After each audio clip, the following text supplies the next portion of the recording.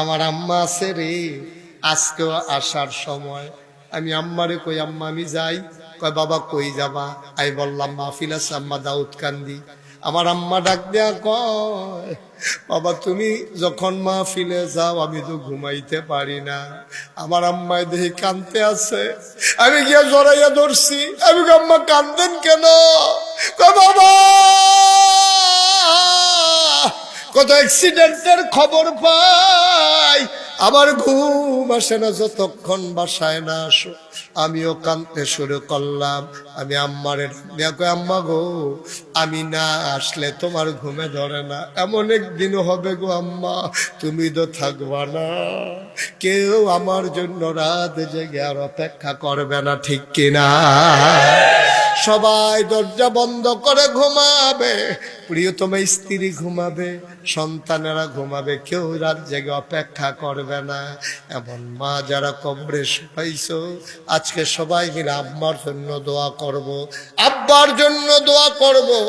আমার অনুরোধ, আব্বা আম্মার জন্য দোয়া না করে একজনও লইল না। পারলে দেবা, না পারলে নাই। যেহেতু ইয়াতিমখানা মাদ্রাসা, পারলে দিও, না পারলে নাই।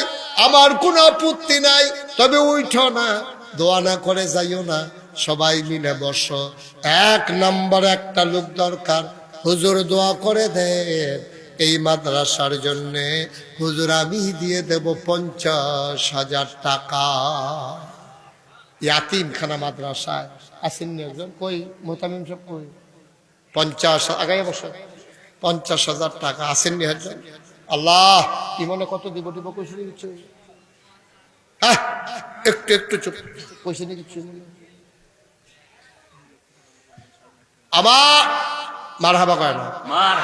আমার আদরের ইমন, ইঞ্জিনিয়ার ইমন, আমার কলজার টুকরা ইমন সরকার। কথা কয় কেন? আমার আদরের ইমন সরকার এই মাদ্রাসা পরিচালনার সভাপতি। আমার ইমনে দেব 2 লক্ষ টাকা। বলো মারহাবা। কবুল করো, মঞ্জুর করো, মনের আশা পূরণ করে দাও। দানের হাদিয়া সোনার মদিনায় পৌঁছে দাও। দেশের বাইরে যাবে, সহি সালামতে যাওয়ার ব্যবস্থা করে দিও।